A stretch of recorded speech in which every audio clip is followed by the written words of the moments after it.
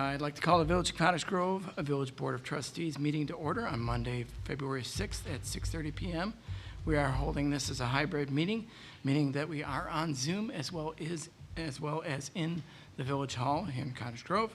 The Zoom link is atop the agenda. There's also an audio call-in number with a meeting ID as well for those that choose to do that route. We have a quorum. The agenda was properly posted, and we'll start with the Pledge of Allegiance.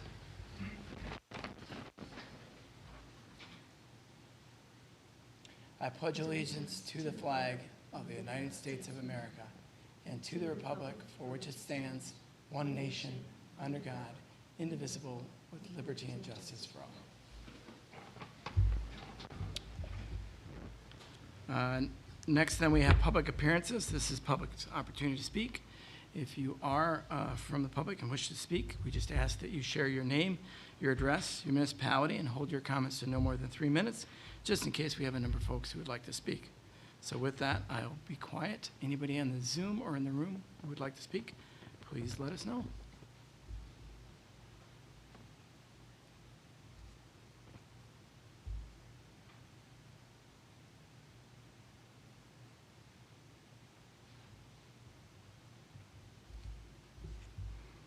All right.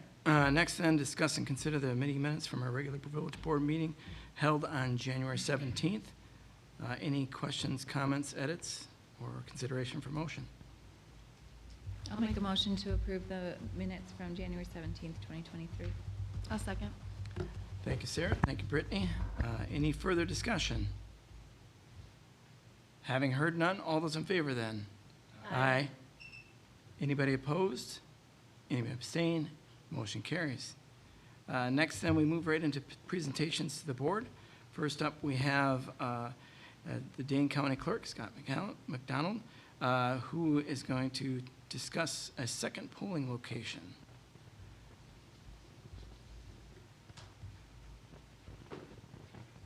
And then, Scott, just make sure that the pull towards you so that that mic works so that those on Zoom can hear.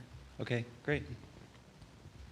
Thanks for having me. I think Lisa has a PowerPoint. I was going to make it look more county-like, but I didn't quite get time to do that. But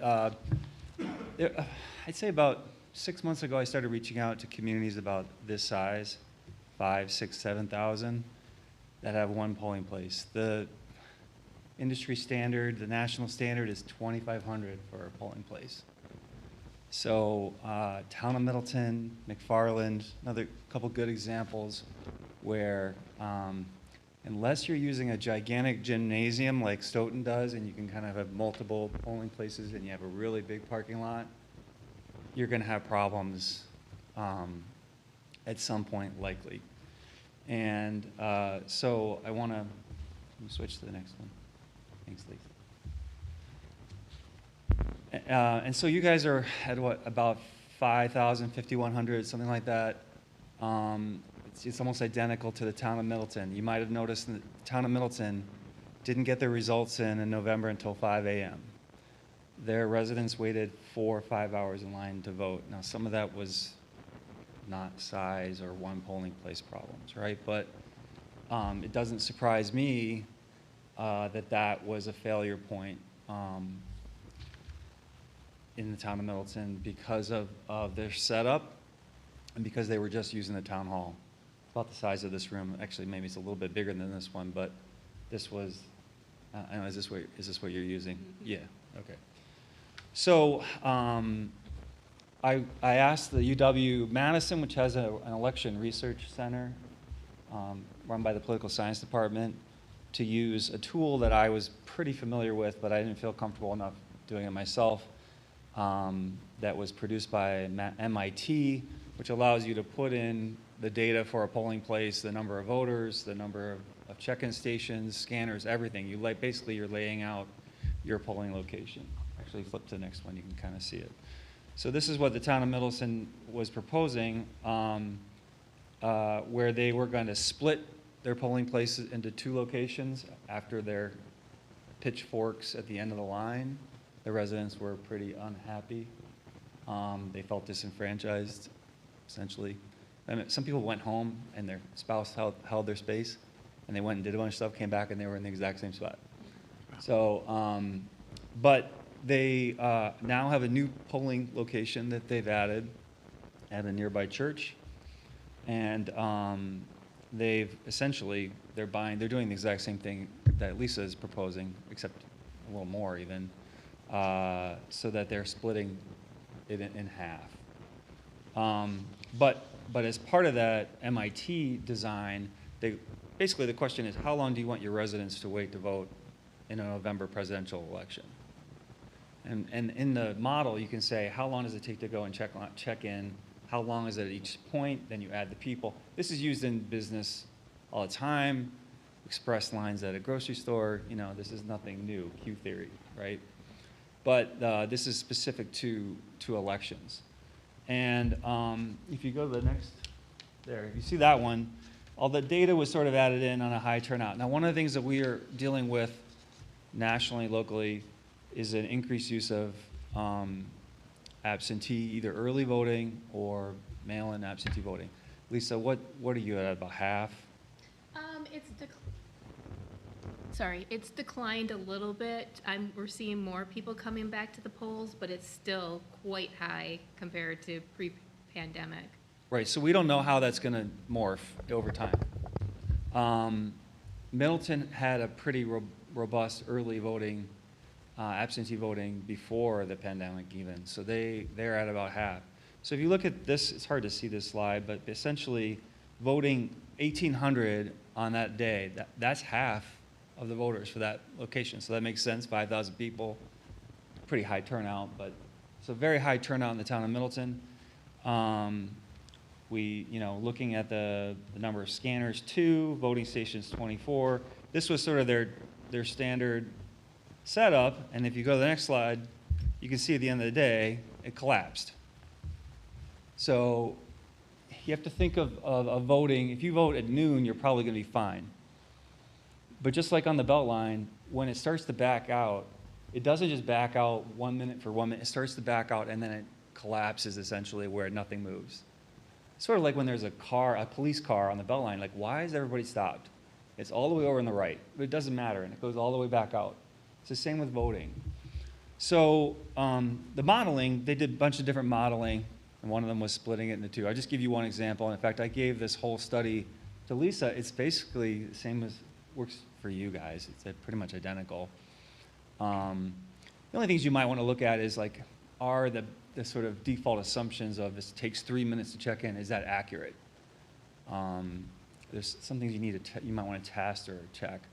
I always say put your best people checking in, because if that's slow, you're dead. The person who hands you your ballot, that can be slow.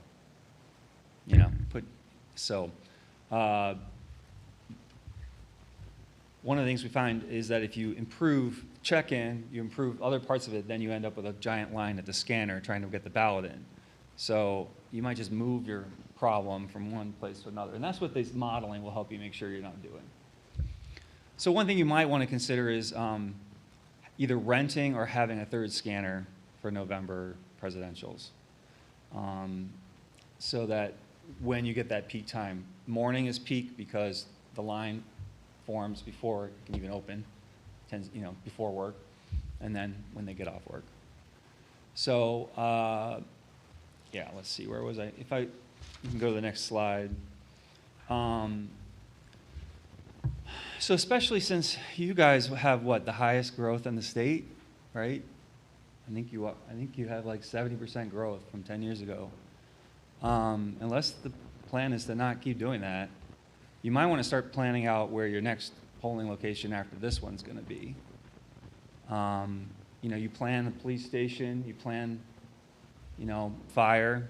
This is the same for this. So I don't know where the growth, which I haven't studied your comprehensive plan, I apologize. But, whichever way it's going, build in for another polling location down the road, because for you guys, 5 years from now, you might, I don't know what's coming online. But again, 2,500 is really what your target. You can do 3,000. You can get by, but So I'll stop there, and Lisa, did you have anything you want to add? I did want to say that when I looked at these other communities, they all had deputy clerks. So that's another thing I think you need to look at. You have a good clerk, but it's a lot to ask. Thanks, Scott. So there's the memo that I put in the packet for you. The only thing that isn't in here that Scott has recommended, if we go with one addition, because we have 3 DS200s, which are scanners right now. If we go with one more, that would put 2 at each location. And in the busy elections, like what Scott's saying, we use all 3. We'll use 2 for the in-person, and we'll use 1 dedicated for the absentee processing, because it just makes it easier to reconcile at the end of the night. So that is basically everything he said, other than getting 3. We'd have to increase this by 2 more DS200s if you wanted 3 in each location. As you can see from the memo, we made great strides with Monona Grove School District. They are very open to, actually excited that they can be part of it and give back to the community because it's a community school. So it would be at the Granite Ridge New Elementary, and it is set up perfectly. The only downfall is there's not an automatic door opener at the door that goes into the gymnasium. So that's also added in here. I think there could be they may even go halves on that, because I think Dan was surprised that there wasn't an ADA door there, to be truthful. Because when they go have activities at the school, they lock the school down, as you all know, and you just enter through the gymnasium. So we decided that it would be best to have an MOU and to have that agreement so that they understand when election days are and what would be required, I guess, because it's more, we would be able to get in there that night to get equipment. We do have a secure room that we can lock for equipment, so it really is a good setup. I will show just kind of a draft of what we were thinking as far as, if I can find it here now, of how we would split the polling location. Or how we would split the wards. So right now, you're not used to necessarily voting from wards, but we are on the back end on the election. So this is kind of looking at, if it'll come up here, of what we would do as far as wards. So it would be wards 1, 2, 3, 5 that would be at the school, kind of how we split, and just kind of thinking of future planning. And then it would be 4, 6, 7, and 9, 8, 9 at Village Hall. And that, when you're looking at the population in each of those wards, it does split it pretty equally. So I guess with that, I will stop talking. If you have any questions, I'd be happy to answer, or if you have any questions for Scott. Aaron, didn't we had talked to, maybe not the last CDA, but the one before that, where we talked about potentially signage? Lisa, and you talked about that at all? We had talked about a little bit, but we were waiting for this, because at that time, we're just starting to meet with the school. So I knew that even though we're proposing for 2024, but that would be part of this proposal to get some signage. I mean, and we can do something for this year too. But that's going to be the other part of this, is education, because again, the village has always voted here. And so getting people to understand the differences of wards and polling location is going to take quite a bit. So I don't want to add more confusion by having signs and then it's going to flip next year if this is what you choose to do. As far as that goes, I mean, the thought would be, You know, we have great opportunities to put a flyer in with the tax bills, which would gear us up for the beginning of 2024, because you'd have the presidential preference coming April of 2024, which will be a big election. And so it's gonna, you know, people are gonna come to the wrong polling locations. And it's just a matter of having enough poll workers and directing them so that they understand, getting them used to reading addresses and understanding, because that's the other huge undertaking, is getting the poll workers trained for that. I mean, you're gonna want someone in the parking lot with, you know, the poll, basically a poll list, and when they, you know, so that they're not coming all the way up into here and then being sent to the school. So, but you can get them right in the parking lot. What's your street address? Okay, you're in the right place. Right. I guess to echo that, Scott,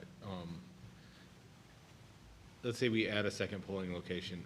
My guess is this will always be a problem in terms of people going to the wrong poll location, like new residents, that sort of thing. Like this is not a one-time problem. This is an always problem. It will be a continual. The one good thing is we have mobile now, which is everybody, I mean, is getting used to using that, especially during the pandemic.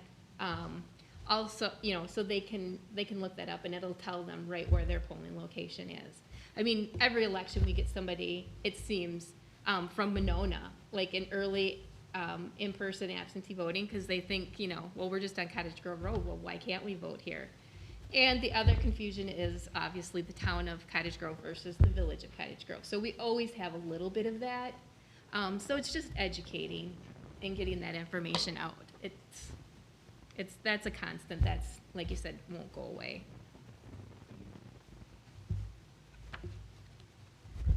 And are you looking for an approval tonight to approve purchasing of these things to get started? That was the hope.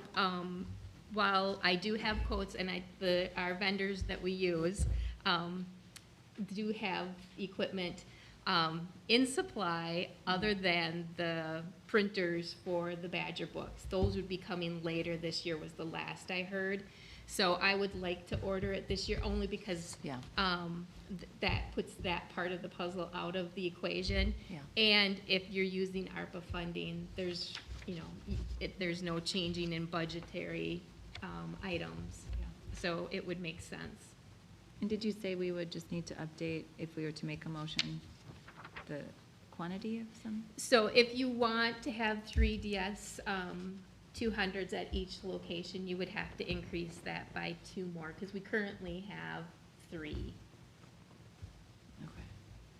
So your plan is originally just 2 and 2. 2 with and this. 2, because thinking you're splitting the amount of absentees, but as Scott indicates in his PowerPoint, it's good to have backups in case something were Yeah. to go down. Well, and then running 3 on the November presidential is what you should do, really. I mean, what some places do, they rent, but then you gotta make sure you get the right Yeah. model number that matches Yeah. what we have, and it doesn't save you that much money, and then you don't have that backup all those other elections. Yeah, It just doesn't make sense. we rented one time, and it's not cost effective, because I think within 2 or 3 times renting, you could pretty much pay for it. Lisa, I know when we talked about moving the equipment moved it to the vault, right? Like we had that conversation around having more tabulators and having more equipment on hand. And if things break during, you know, God forbid something happens, but it happens on an election day, like it can cause a lot of problems. And it could take, you know, theoretically could take another day to get everything tabulated. I mean, it could take a while to get everything back up to. I mean, typically what happens is I drive out here with a scanner, and the county has, but that takes me how long to get out here? Meanwhile, the whole video of the whole thing's on True Social or something, and like, it's better if you could just deal with it like that. Yeah. And it's, And I think too, I mean, we have the ARPA funds available. Like, I just feel like it's better to be safe than sorry. And the way I look at it, just in conversation with Lisa, was it's like an insurance policy is essentially what it is, right? And so without extra equipment, kind of rolling without an insurance policy, you're going to rent, or I have to call you and you have to come out here and on social media. This is nice equipment to have, and it's some could argue that it's a nice to have. I feel like it's a need to have, because it could just make elections run all that much smoother, and the general public doesn't quite understand how much of a Herculean effort it is every election to make them run. So I think, you know, I want to support this equipment. And as far as storing the equipment, I know we've talked about this as well. That would be in the cable room there, taking some of the shelving out and putting it locked in a cage because it needs to be secure, because we're running out of space. Yeah, that, I don't want to get off topic, but making sure you have that stuff somewhere where only 2 people can get into that with a card swipe, because like my server room, maintenance can't get into it. And we treat it like an evidence locker. So, Yeah. think about that. Yeah, 'cause that's the other piece of this puzzle.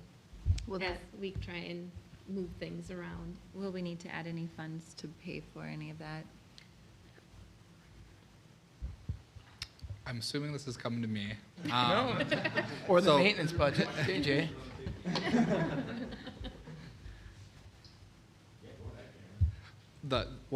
I was just kind of rough calculating this in my head on what the 3 tabulators would be.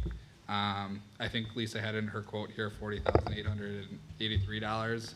I get with the 2 additional tabulators about $55,500. I would probably in a motion recommend just 60,000 flat. Obviously, we're not going to spend more than we need to get the equipment identified below here. As far as storage facilities, I think or the ability to store some of this stuff, we can make it work and be very cost effective. But that'd probably be something we'd put in the 2024 budget. Or come back with a proposal to use some capital project surplus funds. Okay, well, then I'll make a motion that we approve a second funding location with the expenses, including up to 3 tabulators, and for the total expenses not to exceed 60,000. Second. Thank you, Sarah. Thank you, David. Any further discussion? Having heard none, all those in favor then? Aye. Anybody opposed? Any abstain? Motion carries. Thanks, Scott.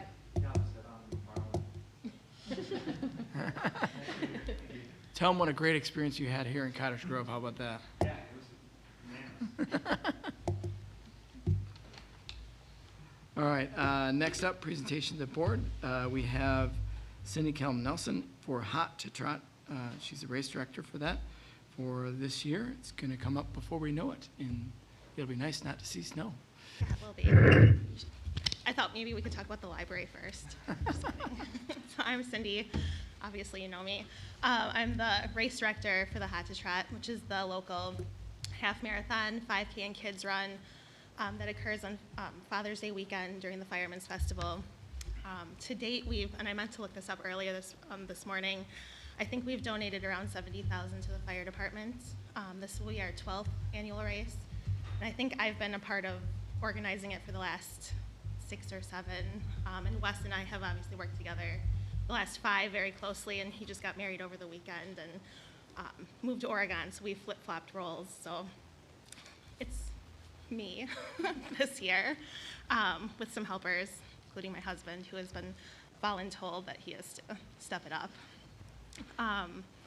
So in the race packet, there are the 2 race outlines of the courses. They haven't changed. If anything, they've been improved thanks to all of the road construction. So I'm looking forward to running down Taylor and not having to stop traffic and have my mom stand out there in the construction zone. So I think that'll be improved. We start at 7 a.m. The last runner comes through around 10:30. I always meet with EMS and police to make sure we have our safety plans, which also haven't changed. So that should be all good this year. I think my only concern is because parking is going to be so much different with the park improvements, that all of the traffic's going to have to come in on Grove Street to go to the proposed parking lot. That's right where our start-finish line is, and so that it's going to keep me up at night, I think, but it doesn't. And we're partnering with, again, Parks and Rec and the Couch to 5K. Nice. Any questions for Cindy? Thank you, Cindy, for. Yeah. And I encourage anybody and everybody to volunteer. It's a lot of fun. So. Yeah. I hope I don't fall off the bike. Yeah, I'll sign up again, Cindy. Probably have a few racers from the family too.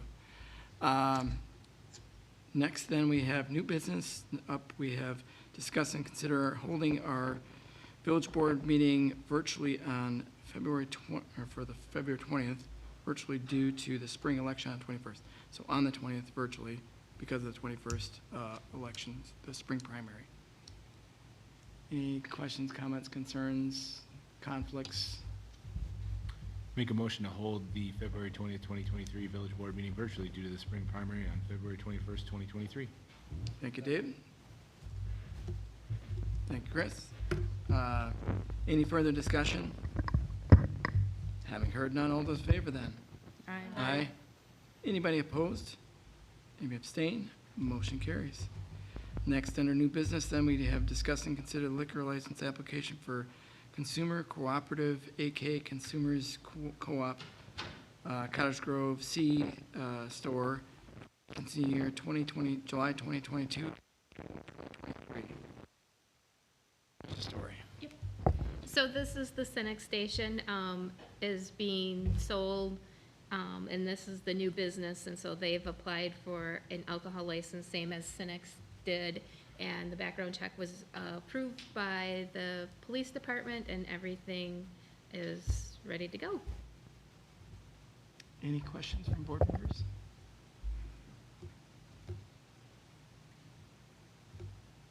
Any consideration for motion?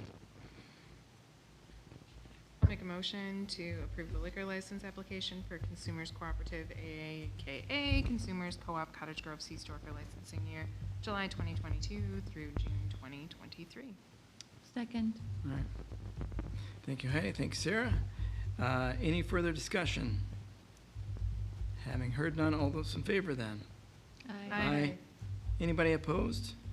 Any abstain? Motion carries. Then right next to that is discuss and consider a tobacco license application for Consumer Cooperative, aka Consumer Co-op Cottage Grove C store for the licensing year again for July 2022 through June 2023. Any questions or comments on that? I'll make a motion to approve the tobacco license application for Consumers Cooperative, aka Consumers Co-op Cottage Grove C-Store for licensing year July 2022 through June 2023. Thank you, Sarah. Is there a second? Second. Thank you, David. Any further discussion? Having heard none, all those in favor then? Aye. Aye. Anybody opposed? Abstain? Motion carries. Next, then we have discuss and consider funding request from CARPC for the Land Use Code Assessment Project. The memo in a packet as well. I don't want to put you on the spot, but Heidi, is this something you're going to run through, or? Yeah, I talked to Aaron about it before, but Aaron, I don't know if you had, so It's up to you. I can go for the memo too if you want.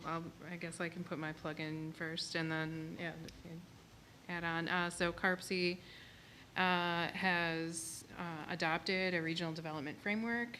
They're working to work with communities and come up with best practices on how to achieve some of the goals and objectives related to housing, environmental quality, transportation, various modes of transportation, and looking at land use codes across the county and what we can learn from each other, what, come up with a report on, why reinvent the wheel if a neighboring community is doing something great you want to copy, or you see if you're behind in something.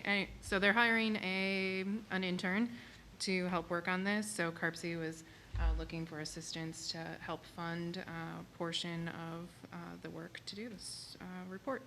I don't know if you have anything to add on. Yeah, I guess I would encourage us to participate in this. They're asking for a small contribution from a lot of municipalities. I think this will be useful whenever we talk at Plan Commission about changing something in the zoning or subdivision ordinance. The first question is usually, well, what does everyone else do? You know, and this would give us that information right at hand. The MPO, which is like CARPC, but for transportation planning, did something similar to this a few years ago, looking at things like street widths and sidewalk dimensions, and that was very useful, and some of that even fed into the housing document that we'll look at later. So I think for the small amount they're asking for, we'd get a lot of good information out of it. All right, thank you, Heidi. Thank you, Aaron.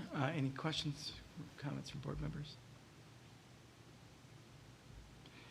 Aaron, the MPO work, we were able to leverage that then from the things we've been doing? You mentioned it, I was just Yeah. curious. Yeah.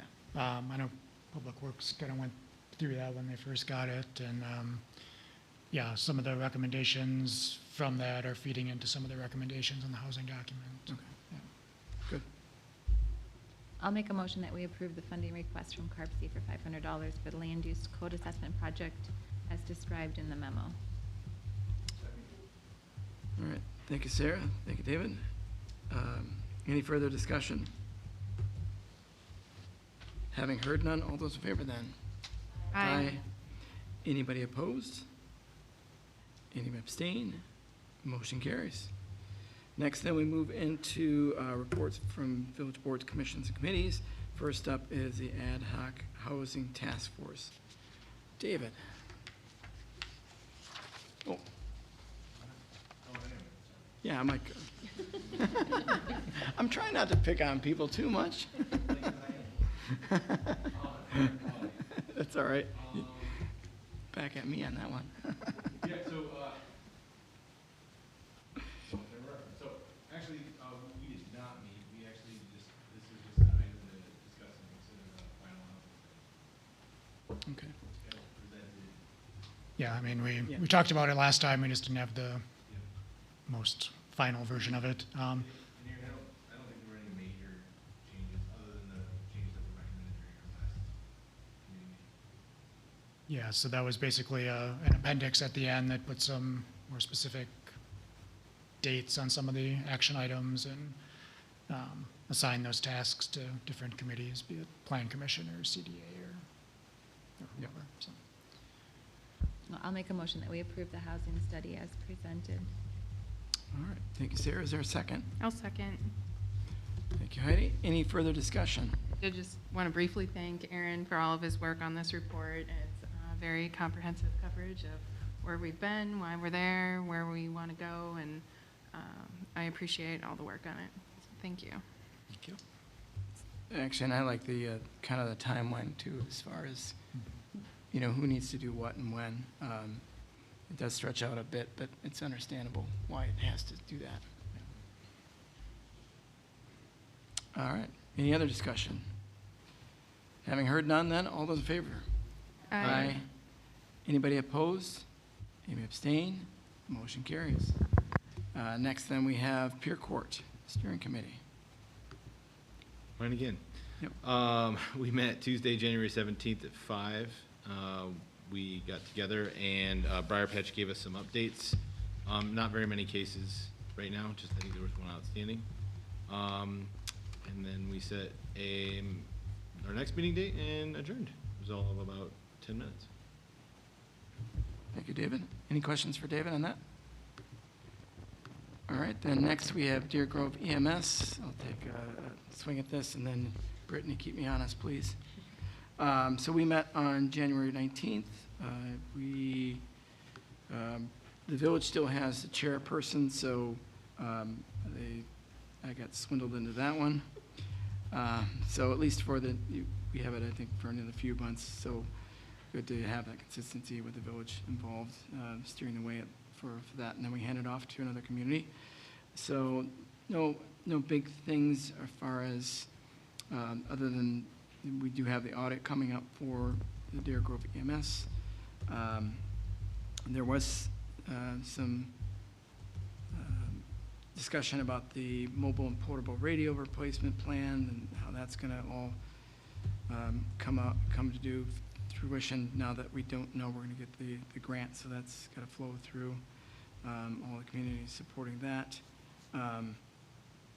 Then we covered looking at a contract with Stryker for the cots and load systems for the ambulances for 3 years. That's just a preventative maintenance thing. Talked about the batteries, and pretty much it's a wash if we don't go with the contract. We're going to be replacing batteries. So it covers a lot of other things too. So it's the commission approved that. Then we went into closed session for chief's review, had that. Then came out of closed session, approved his compensation. Chief did have a good review. And I think that's it. Brittany, anything I missed? Okay. Any questions? All right. Next, then, we had NADVIG. David, it's the David show tonight. Or Vince. boy. And Vince is not here, so here. We met, what day did we meet? We met on Monday, January 23rd. We got together and approved the monitoring bills. We did not have testing or monitoring results. And then we closed out the meeting. It's all of about 15 minutes. No news is good news in landfill business. And then, any questions for David on the landfill monitoring? Otherwise, then jump right to, in that same evening, joint fire. Yep, same night. I got together and Chief gave his report. It is in the packet. I won't hash through that. We did discuss and consider a replacement of the heater in the fishbowl area, but we ended up tabling that because to be determined. There's some issues going on in the fishbowl, and then we were waiting on another quote. We did discuss the annual report. For anybody that didn't take a look at it, I believe it was last year the fire department started putting on an annual report. It was either last year or the year before, but they do a really quality job kind of educating the public on what the fire department does, the makeup of the department, and a little bit of the history as well. So, and then it actually breaks down the calls as well, which I find really interesting. A lot of times when you talk to the public, when they think firemen, they think structure fires. Our fire department doesn't go on a ton of structure fires. Most of them are accident calls. Actually, if you go back and look, most of the calls are non-issues, and they turn around and leave.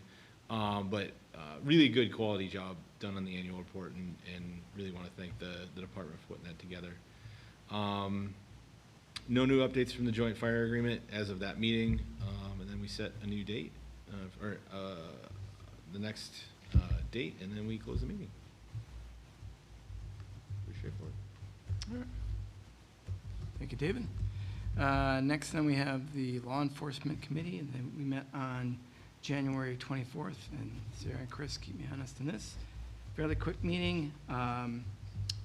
We just went through the activity, talked a little about that since we had the full year's activity. I think the number one was property checks, which is nice to see, and then followed by traffic stops for our community, and that keeps the office plenty busy there as well. He averages out 11 calls per shift per hour, I think is what the chief said. New officers are coming on board, and I don't think there was anything else of note, really.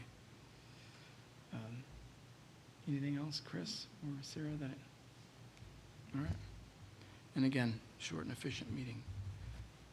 Then next up is library board. So David again. It's the David Show. Keep on rolling here. We met Wednesday, January 25th. This was a very, very long agenda.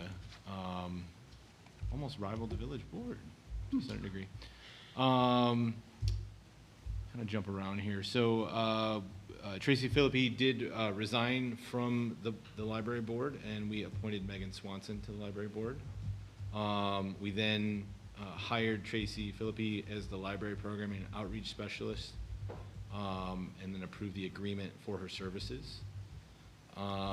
We then, we tabled the FAQs, so the library board's putting a lot of FAQs together that we're gonna put in the website and publish, just to kind of answer a lot of frequently asked questions and frequently mentioned myths, and try to clear up a lot of FUD that surrounds the library. We ended up tabling that, but we do have a draft that's kind of circulating. We did approve the timeline, so if you look on the library page on our website, there is kind of a timeline of everything we've done to date. We did approve the timeline. I think that's a living image or document. I think we're continually adding more and more to it. We did approve the library board logo. That was passed unanimously. We then appointed Stephen Way, myself, and Cindy Kelm-Nelson to the policy committee. And then we actually, ahead of that subcommittee getting together, we did approve 3 individual policies: a programming policy, a volunteer policy, and a donation policy. Cameron was on hand to help us walk us through the donation policy. We then gave an update on the FGM study progress. I believe that it was that day, and then the following day, FGM had a kickoff for the master planning study, so that's going well as far as I know. We then discussed and we went through a whole bunch of programming, so then we discussed and considered the vision and mission for the library programming. And then we had a nice lengthy conversation about the village guide, which Sean's going to provide an update about in his next report. For a lot of folks in the room, it was news that we weren't printing the guide anymore, which I understood, but a lot of people were there were a lot of questions around the communication plan as to how are we going to get this information out. And again, Sean will kind of address that in Parks and Rec. So we tabled that, and then we talked about the preliminary program calendar and outreach strategy. Tracy gave a really, really detailed kind of conversation around what she's planning. She has a lot planned. However, funding is limited right now. The funding that we have provided for programming gets us to August. If we don't, and we're going to kind of see, we're going to eventually come back to the board and talk about potentially adding more funds. I know we have about $8,500 that was earmarked for the facility study. I think that $8,500 might be helpful. And again, we'll talk about this at some point, not today, but the key here is that we have a lot of really good programming coming, and it is planned, but we will need funding to get us to the end of the year, I think is the idea there. We then discussed and considered a memorandum of understanding with McFarland to provide story time and Zoombini services to the village. For anybody that was paying attention on Facebook, we did have updates. We did, this past Friday, we did our first story time, and I believe Zoombini was as well, and it was in person, and I think there was about 36 people that came, give or take. So smashing success, and thank you to McFarland Public Library for helping us there. We then discussed and considered approval of grant proposals for submission by their deadlines. I think a few folks like Dane County Library Services and Monona Grove High School Key Club will write letters in support of those grants.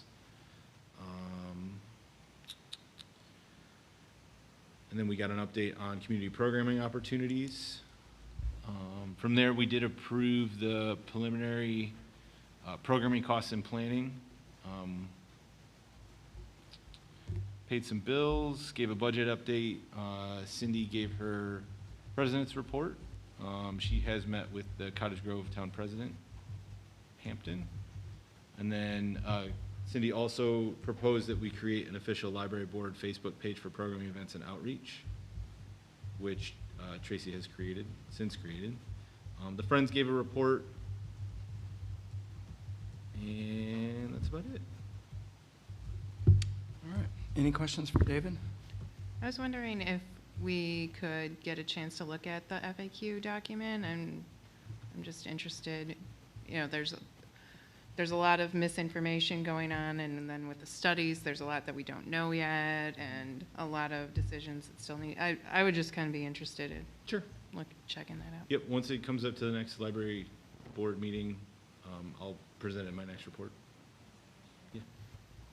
And then David, the discussion about grants, the grants for programming, or what were the grants? Correct, for programming. Good. again, the way and this is, I don't think the library board would necessarily use this term, but the way I'm using it is it's kind of a plan B if we can't approve more funds. So, and even if we did approve the funds, more money's not a bad thing, right? So, the more programming we can do, the better, and, you know, it's all about making a dollar stretch, and the more programming, I mean, right now, we've got story time, we're talking about, a summer reading challenge. Right now, we're kind of in a, I feel like we should run our own summer reading program. Others feel that we should partner with the Monona Library. I think more conversation will happen around that. But ultimately, all of this takes money to make run, so it's just kind of do with what you got, you know, kind of thing. So more to come there. Okay. All right, then we move to Parks and Rec. Heidi. Yep, thanks, and give David a little break from talking. So we met on Thursday, January 26th. The first thing we went over in an effort to really get the ball rolling early this calendar year, we wanted to get things finalized, ready to go out for bid for Bakken, the Bakken Park improvements that we have planned for this year, so we can get things moving there, so we can have everything opened up, hopefully at some point in the playable season. So we had made some changes from basketball to pickleball last year, and the pickleball's in high demand, all ages. I think it'll be very valuable at the park. The pickleball courts are, as Strand is estimating, more expensive than basketball would have been. There's more fencing and more surface area, so we have to expand the stormwater ponds a little bit. So Strand proposed and kind of alternate bid options that we will look at. We're going to send everything out to bid, but we'll have to make some decisions later. I think, I don't remember the exact numbers. Was it 300,000? Kyla There. is. Oh, Kyla's here. Kyla's here, so she can kind of walk Yeah. us through that. So we're just Hi, kind of. everyone. And we don't have to make, Kyla, just real quick, we don't have to make a decision on this tonight. This is just the options that will be presented in the bids. Is that right, Kyla? Correct, yes. And so the bid opening will be March 28th. So it'll come to village board for the April 3rd meeting is where the decision will actually have to be made between the different alternatives. And I can kind of walk through that if you'd like me to, Sean. Yep. Okay, perfect. I'll go ahead and share my screen real quick. So this is the final site, the current site plan, as it has been rendered by Parks and Rec. So zooming in on here, ooh, too far. You can see the existing path here that was done a couple years ago, the proposed skate park that will be completed this spring. We are having to update and expand the stormwater detention pond, as it wasn't originally, for the Clark and Grove project, it wasn't designed to capture the entire build out of the Bakken Park. With that, you also have the addition of the 8 pickleball courts here, the shelter, the prefab shelter, and then the parking lot and tennis courts. So as Heidi mentioned, one of the alternatives will be the prefab structure. And with the prefab structure, there will also be the option for the solar panels to be added on top of those as well. In addition, one of the other alternatives would be the lighting for both the pickleball courts and the tennis courts. However, all the conduit for all the lighting, as well as all of the sanitary sewer and the water lateral to the prefab shelter, will be installed as the base bid. This way, everything is set up. If the board decides they don't want to move forward with the lighting, it'll all just kind of be able to be placed easily in the future. You still have the addition for the 5 flag football fields, which also allows a large soccer field here up in the northern corner. And then one thing to note is because we are looping this, the proposed path, and to be able to fit all the tennis courts, we are going to be getting rid of this this western section of path that surrounded Miracle Field. And then as another alternative, we will be replacing the existing path should bids come in low and the village decide to move forward with that, just to remove and replace, to be able to update it and have more asphalt on there.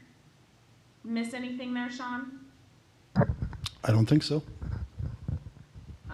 And then as Heidi did mention, and I'm gonna be able to have issues moving this year, the overall budget that we have coming through here, as you can see, are you guys able to see my screen okay? Yes. Perfect. The original, budget numbers are here in green, and the refined numbers, and I will zoom out here in a second, are able to be here in bolded. So we did have some updates for the design, which included the stormwater detention, having to expand that. Construction numbers are still the same for our contract. The athletic field and final grading has increased a little to make sure the stormwater management is able to be captured in the final grading. The trail extension is still the same, moving forward through there. And then, as Heidi mentioned, the biggest update here is moving from the basketball courts to the pickleball courts. You've got an update about an intended cost of about $215,000. And then, same thing with the parking lot and stormwater, it's about the same cost. And then the tennis courts and lighting is the other additional large cost. We're seeing a large increase in lighting and the conduit behind that, and it keeps increasing throughout the years as we're moving forward. And then we have an item here including for the landscaping. So the landscaping would be all of the beautification around the park that Sean has requested that we include. This way it gets done potentially with the entire project. Overall with that, that gives you, we're looking at about $395,000 over the original budget. However, there will be quite a few alternatives throughout here, including the lighting, that will give the village the option to pick and choose what they'd like to see depending on how the bids come in. That's all I've got unless there's any questions, or Sean, if you have anything else you'd like me to discuss. Nope, I think you nailed it. Perfect. So the 1.6 to the 1.9-ish is because we're adding a few things. We're adding the path, we're adding beautification. That wasn't in the 1.6 originally, or was? I'm just trying to figure out what, obviously the pickleball, from basketball to pickleball was a big one. Yep, that was the biggest one. And correct me if I'm wrong, Kyla, the making the retention pond bigger was also significant in that cost, but just mostly increase in cost. And the retention, the increase in the retention pond was because the pickleball courts are larger or than tennis, or do we?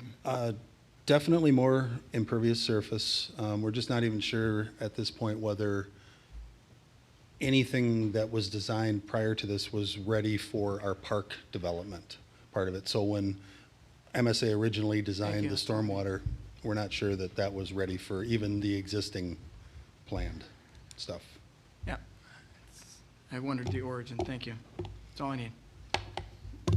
There was, we also discussed some value engineering a little bit with the lighting. Is that right? There might be various options of lighting that might be, the Musco lighting, I think, has gone up a lot more than maybe some other options. Did I catch that right? Yeah, we are looking at alternate, yes. And the solar panels would go to offset the cost of those lights. And that's something with some grant opportunities with our current solar project, we may be able to reinvest those funds into helping pay for the solar panels. Is that what I kind of gathered, Cameron? Okay. Cameron's nodding, so I caught the gist of it. But we won't know really the final numbers until the bids come in. So obviously, just wanted to educate you guys just in case. We're hoping, from what we're hearing, that contractors are being aggressive out there and they're hungry and they're looking for work, so we're hoping for good numbers. The last thing that we had talked about at Parks with the project and the bids is making sure that there's access during the festival. That was definitely mentioned because we didn't want to wait until after the festival to start on this project because then it probably wouldn't get done this year. So, but making sure that it's accessible and overflow parking is accessible and we can work around the site. And I suppose we start it later, we end up in the same boat we were kind of with last year with some of the work there, that we were the last in rather than first in, so. Correct. Yeah, it's estimated pickleball courts wouldn't be usable, tennis courts, until spring of next year. Have that 30-day window from the time the blacktop goes down before we can color it. Yeah. So that kind of pushes everything back. Okay. Unless there are any other questions on this part, yeah, go ahead. I just have a general Parks and Rec question, so if you've got anything else. There are some other things Go on for it. parks. Okay. So staying on Bakken Park, we did talk about event parking, and this is a recurring theme. We will have more parking at this park next year, which I think will be great, adding more amenities. We need the parking, but we opened up shelter reservations, and Rugby does reserve the shelter when they have very large events. And so they're supposed to get us the dates before the new calendar year, and they added a few after. So we have a couple conflicts that came up. Is it a Parkinson's run? So kind of want to work on how this is going to be coordinated. Hopefully Rugby will be open to shuttles or something we can work on in the parking lot to designate spots open for park users. So we're still kind of brainstorming how to continually work on managing that. I don't know, Sean, if you have anything. That's something that Rick and I are going to kind of work through this week too and come up with some ideas. Is that the Parkinson only conflict where we have a direct one, or are there others? There's another, just a shelter reservation for a party, like a birthday party. The Parkinson one is a huge one. Yeah. That's going to be a lot of people using our trail system through there. And I've basically, with encouragement from legal, I've basically told Rugby that they do not get to use anything outside of their fence for that weekend, and that we will put somebody at the entrance to the parking lot and instruct Rugby goers on alternative parking areas. And they're aware of that? They are. Okay. And Sean and I are going to work on solutions basically to make sure that this won't happen in the future, where we don't have those conflicts. You want to send me the 2 dates, so when I have a conversation with Brad that. Yes. Thank Yes, you. I will. Appreciate that. Otherwise, I think that's everything we covered. Sean's report, I'm sure you'd be happy to answer any questions. I think the community guide discussion's coming up later in reports from village officers, so we'll talk about that more. But You got a question? Yeah, and actually, now that I think about it, it might be a public works question, but either way, the community park path from the parking lot up to the playground hasn't been plowed at all. Is there a reason for that? There is no reason for that. No. I will look into that. Okay, thanks.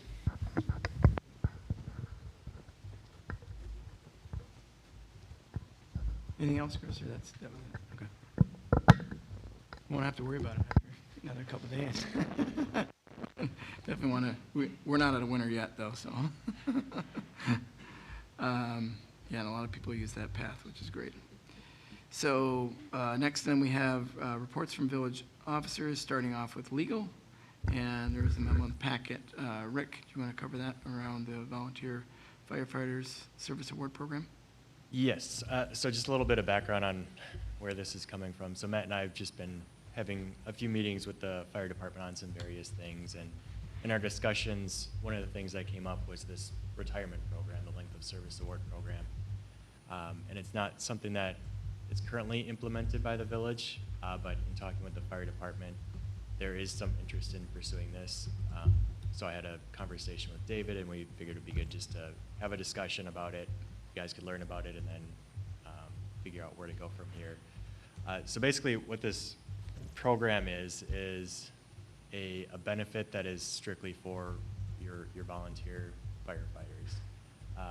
It's, so outside of the Wisconsin retirement system, which I don't think your volunteers can participate in because they're volunteers. So this would be a retirement program that you can implement that is, it doesn't require any contribution from them. It would just be whatever the municipality puts in plus a state match. So the way it works is you contract with a financial institution that's approved by the state. For every dollar you put into this program, the state will match $2. So the state caps its contribution at $450 per year per volunteer. And so basically this year, if you were to do $225 per volunteer, you would get the state match of $450.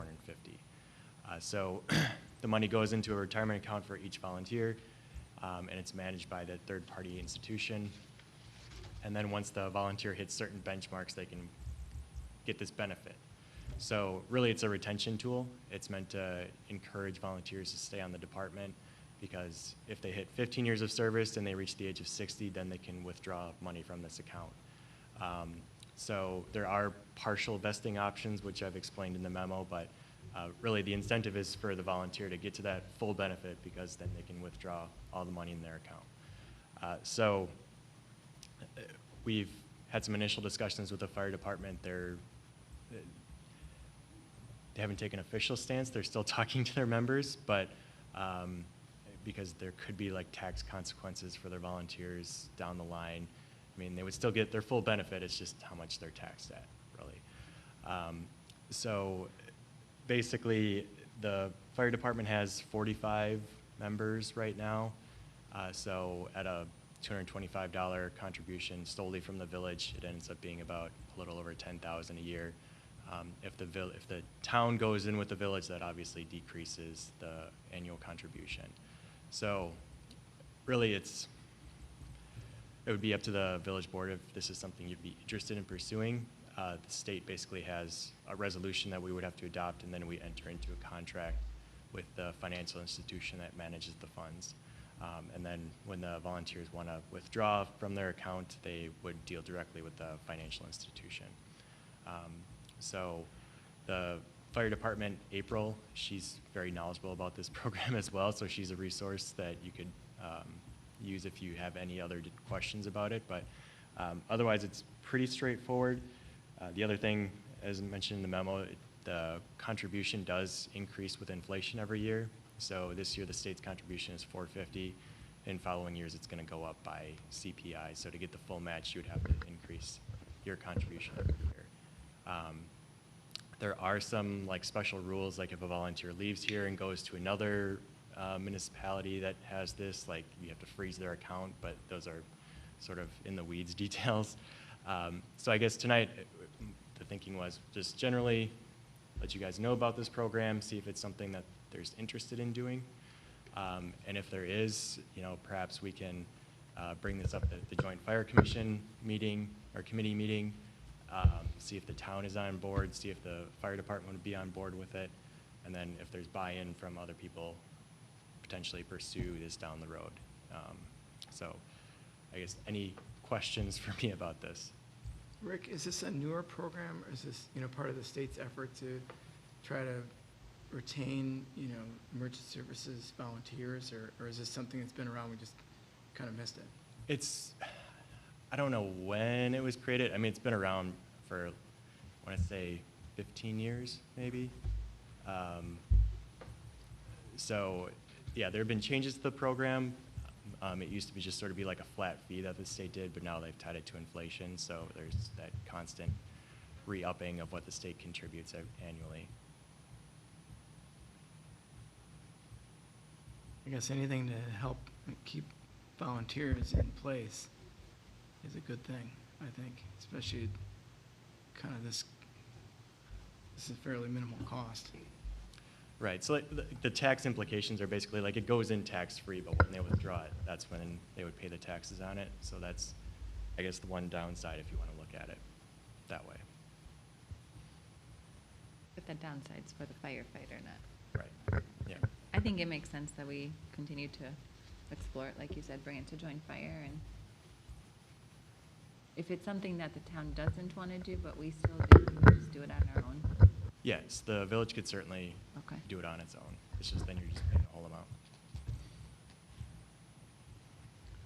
It's certainly nice that both municipalities fully support if the fire department wants it. So, but that's a good discussion for the fire. I think the big question is going to be around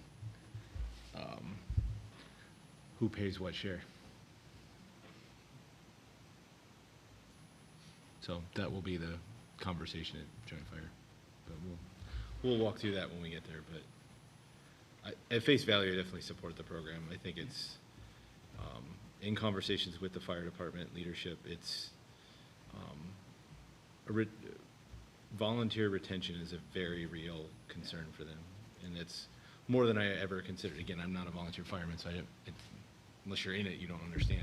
And I think this is just one more, tool in their toolbox to help with retention. So. Thanks, Rick, for putting this together. Yep, thank you. Any other questions, comments from board members? Otherwise, Joint Fire, are we managing the agenda or is it town? Okay. And Dave, you'll get it on there. Thank you. All right. Then moving right down to Parks and Recs. Sean, you're going to update on the village guide. So the Get a memo in village, the packet. Yep, Village Guide continues to be a work in progress. We're tentatively going to have it out on Thursday. We've run into some formatting issues with printing and things like that we weren't aware of, but staff is working hard at that, and we're confident that it should go out on Thursday. Tomorrow, barring any unforeseen changes, we will be sending out a mass email to our entire list of 3,500 or whatever it is, and just letting people know that they will be receiving a link on Thursday, and registration will be open and active right away Thursday morning at 8 o'clock. And then it'll be on the Facebook page, our Twitter, all of our social media outlets, obviously, village website, and JJ's gonna do his part to share it through your Facebook page as well. So that is kind of where we're at right now. We were planning on possibly printing up to 50 copies and then putting 25 at our building, 25 here. As you saw, if you looked at the memo, it's gonna be about $600 to print that, which is a lot less money than we were spending on the overall guide over the course of 2 segments a year. So we kind of thought we would do that and just kind of see where we were at with giving them out we don't have much walk-in traffic at MSB, obviously, but there is more here. And then just using that as a tool to move forward. And then we also have the capability of printing on site immediately. Do you have a copy of that? We just printed this out today, and this is kind of what it looks like if somebody were to come in and look for a copy, should we run out of the printed copies.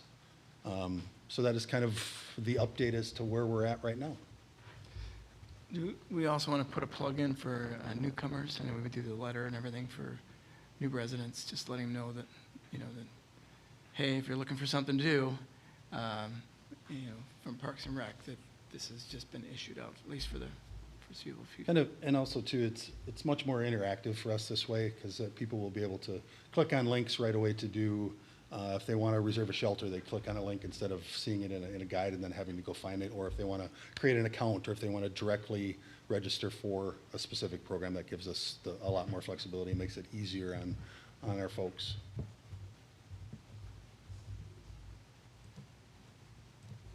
Questions, comments from board members?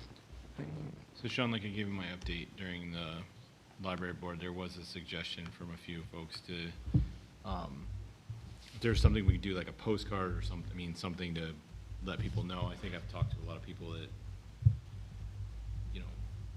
I was definitely aware that, after thinking back to when we did approve that we weren't gonna be mailing anything, but the more I thought about it, the more I talked to neighbors and stuff, it was just like, oh, we're not printing it. And I guess I'm just curious, and just wanted to pull kind of the group, just see, is there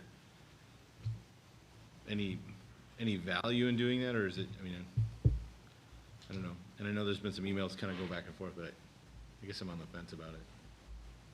It's like, at any point, even if we did mail postcards, people could be like, I never got the postcard, right? So it's like, Damned if From- you damned if you don't. I'll do whatever's asked. Obviously, from our standpoint, we feel like we could do a postcard with like a QR code and send that out. Just for example, when water bills are made, sent out, it costs about $900 just to do that.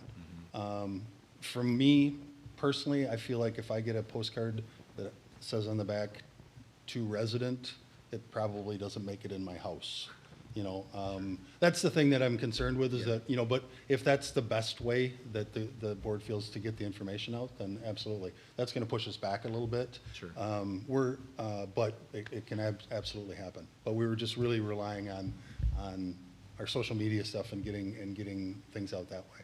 And again, we can, if somebody contacts us, we can absolutely print one I'll deliver it if need be. I think I'm just, and bear in mind too, like, if I had to go back in my head about like when the day that the library board happened, the few hours before that we had kind of the meeting in here, right, for around all the facility study, and standing in here, you know, hit over the head multiple times from various residents about our lack of communication, right, or lack of effective communication. So like when I kind of had some of those emails go back and forth, I had to think back. I was like, I had forgotten by then that, like, oh, I'd gotten beat over the head about our lack of communication. So I think I was just overly sensitive to it. And then now that I've had a few days to sleep on it, I was like any communication plan we have could be criticized, right? And so it's like, and again, just I'm curious how others feel about it. Because again,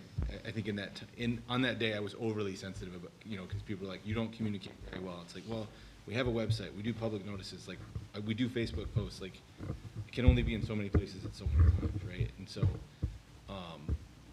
you know, we can spend more money, we can send more things out. It's unsustainable long term. I think John kind of brought up this sustainability kind of thought here. I mean that's an angle here too. So it's just like, I guess the point that I keep coming to, when have you done enough, right?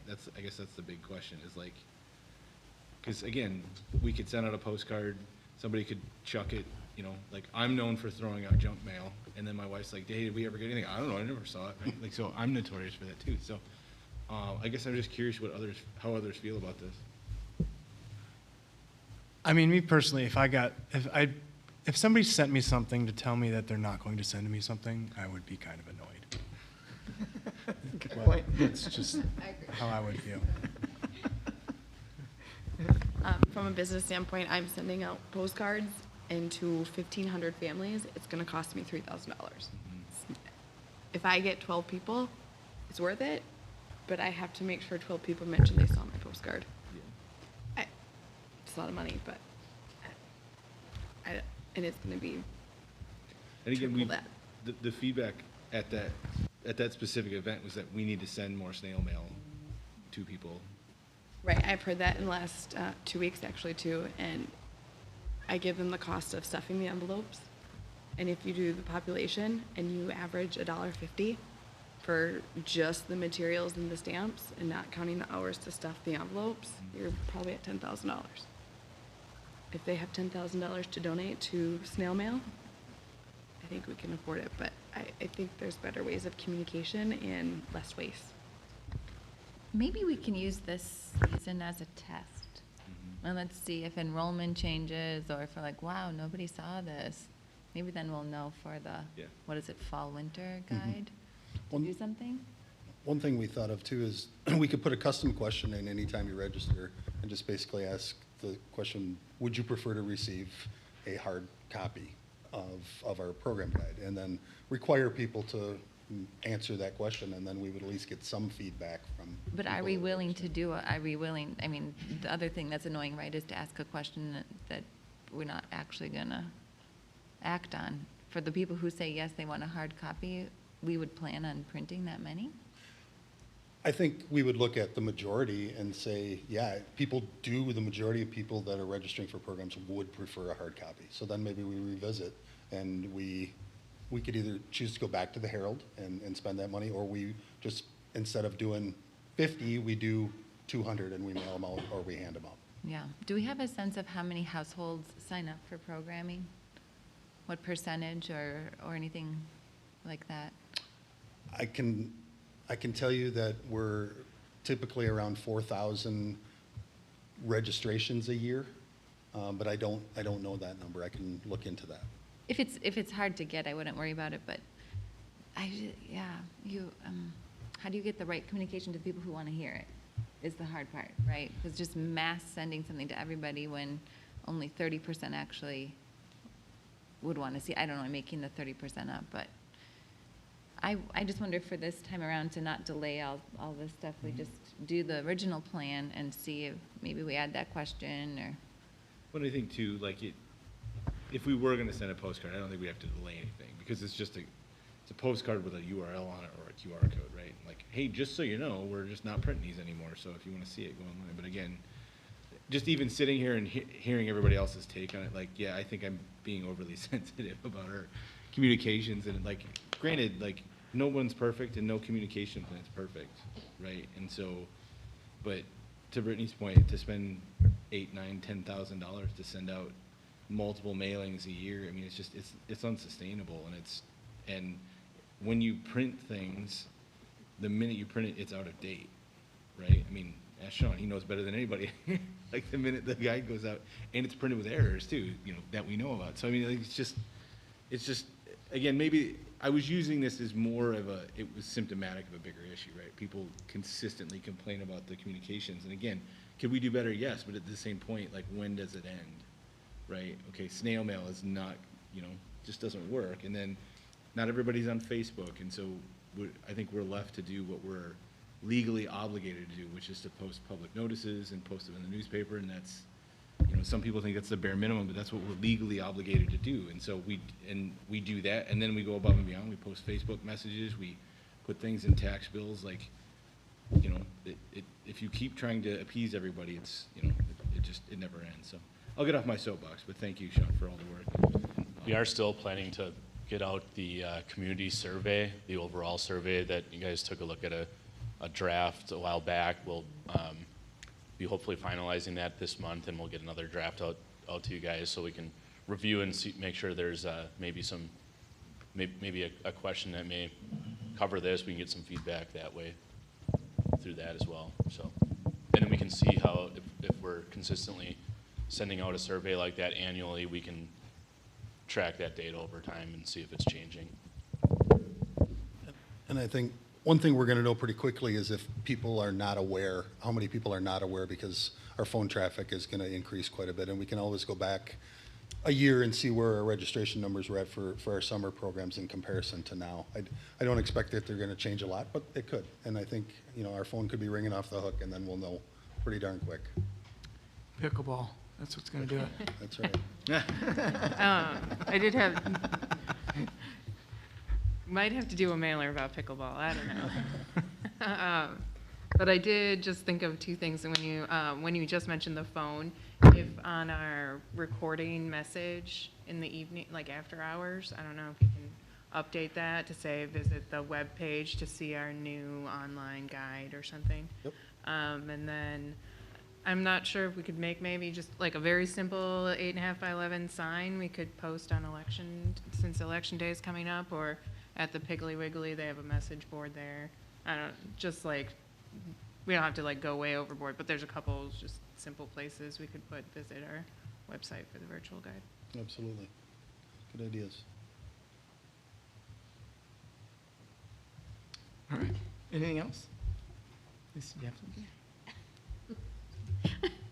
I was just contemplating in my head how that was gonna play out, but just a reminder, on election day, people don't actually come into the building. They come in that way and come out.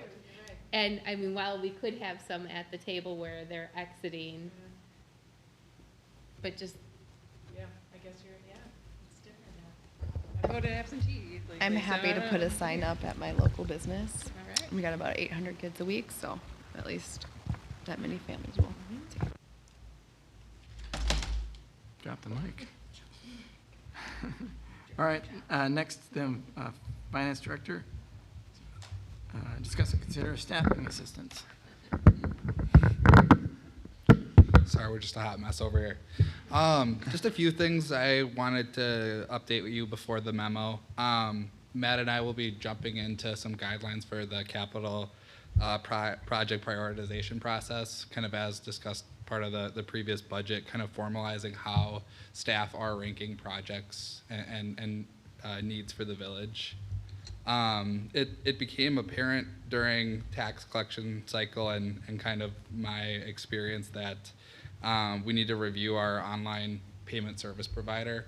We currently work with PSN to process payments. I have a call with our representative from PSN tomorrow. Another vendor that we are looking at is PayAgov. Of course, we want to make sure that we're not losing anything if we would switch, making sure that people who go and want to pay their utility bills have what they need to understand their billing. But a lot of people had difficulties paying their if they wanted to pay online using the current system. So we kind of have that in process. While we were talking about phones, our phone system right now is no longer supported by our IT provider, and it is a dated system.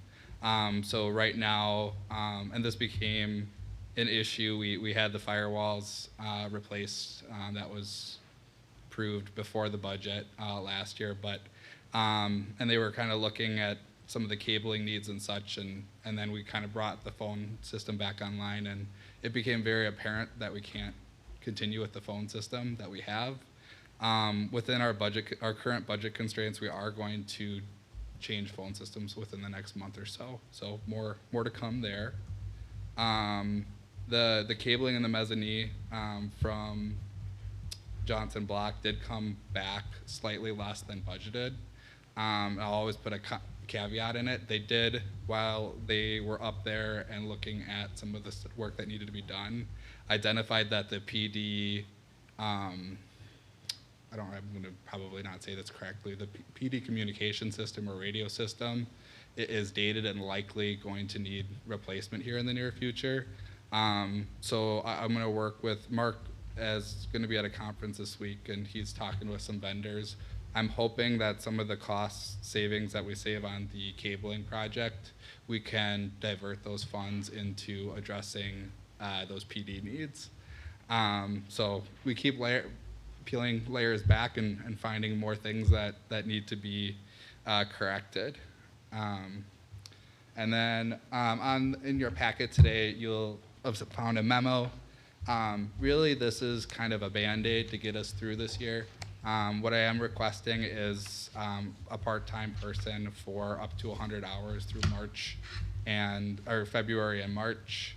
I have a candidate in mind that is definitely more than qualified and willing to provide this help with a reduced rate.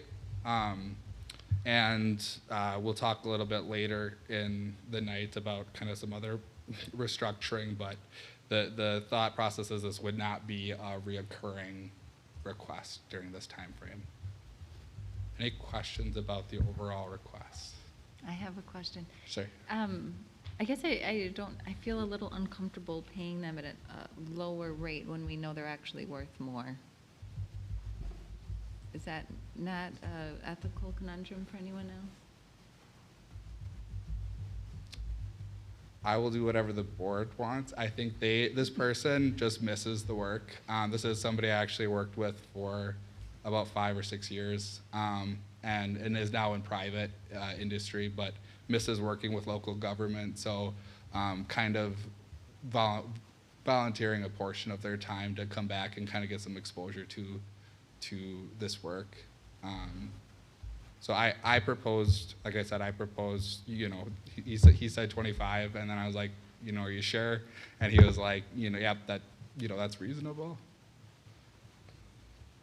There might be a tax thing too, where he doesn't want to go a certain. Yeah. I don't know.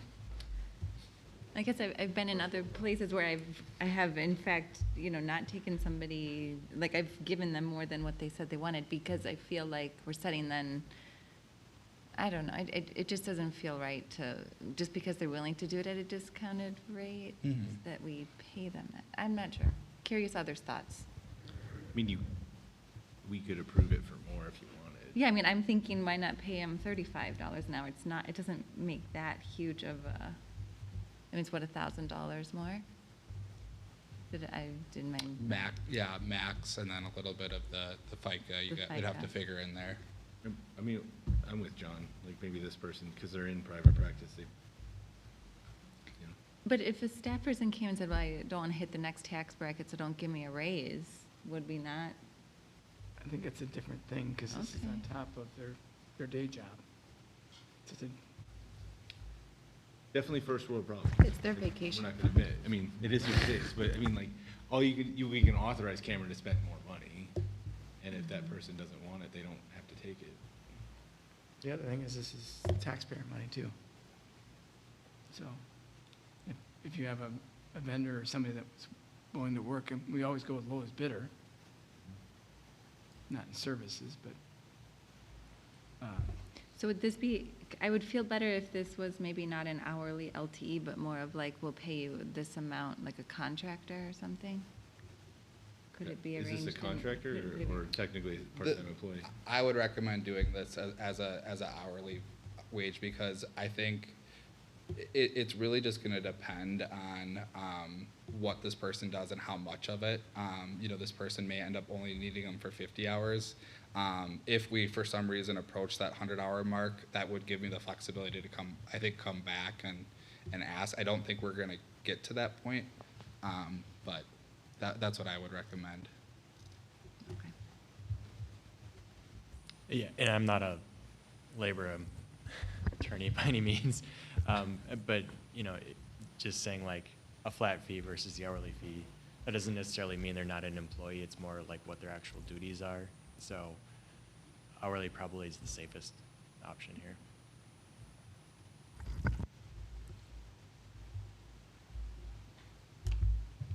I appreciate the concerns on that. Yeah, and just to be clear, I totally support hiring a person to do it. That was my hang up. I'll make a motion to approve the staffing assistant as written. all right, thank you, David. Is there a second? Second. Thank you, Brittany. Any further discussion? Having heard none, all those in favor? Aye. Anybody opposed? Anybody abstain? Motion carries. All right, then we slide, anything else? Kevin? No, thank you. Okay. Then we slide down to communication with Muslim businesses, starting off with consideration of the vouchers. Any questions, comments in regards to the vouchers as presented? I'll make a motion to approve the vouchers as presented. Second. Thank you, Heidi. Thank you, David. Any further discussion? Having heard none, all those in favor then? Aye. Anybody opposed? Anybody abstain? Motion carries. Correspondence, the only thing I have is something from the rugby folks looking for a plug for some grants. So that's why I need the dates. So that was, they have a new director, Brad, and I can't remember his name right now. I'm spacing out the last name, but is looking for some help from myself, so as far as a letter of support. Anybody else have any other correspondence? I did have the opportunity to talk to some residents when we had our open house, so I'm glad that some people came, and I look forward to additional meetings. Good. Thank you, Heidi. Sounds like David did too. What's it? Sounds like you were here too and got, Yeah. yeah. Then we move right down to upcoming community events. So speaking of those public involvement meetings, we're tentatively looking at March 15th for our second one. That'll be for the Emergency Services Station number 2.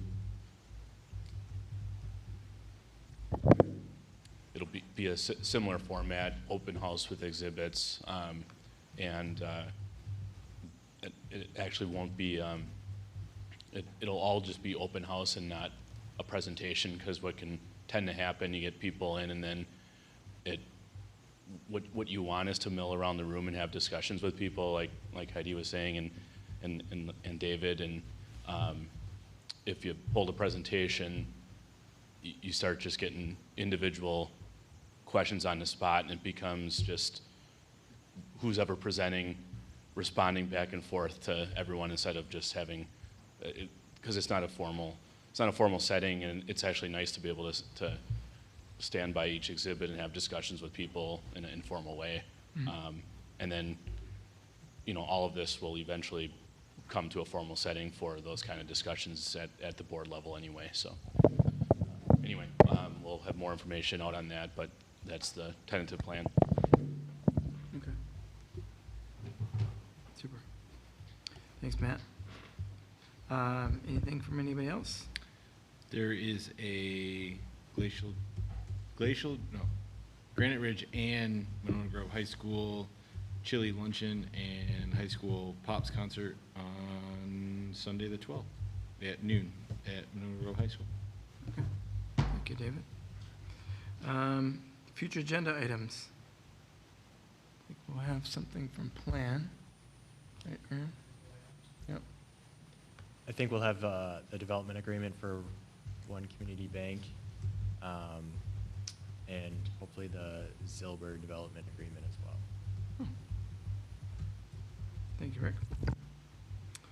If there isn't anything else, then we'll move right to, I'll move or motion to go into closed session.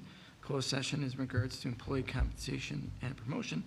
The Village of Cottage Grove Village Board will enter a closed session pursuant to Wisconsin State Statute 19.85, parentheses 1, parentheses C, considering the employment, promotion, compensation, performance evaluation data of any public employee over which the government body has jurisdiction or exercise responsibilities. With that, is there a second? Second. Thank you, David. Thank you, Brittany. Roll call, please. Murphy? Aye. Ballwig? Aye. Peterson? Aye. Williams? Aye. Stoa? Aye. Valencia? Aye. Whittig? We are in closed session.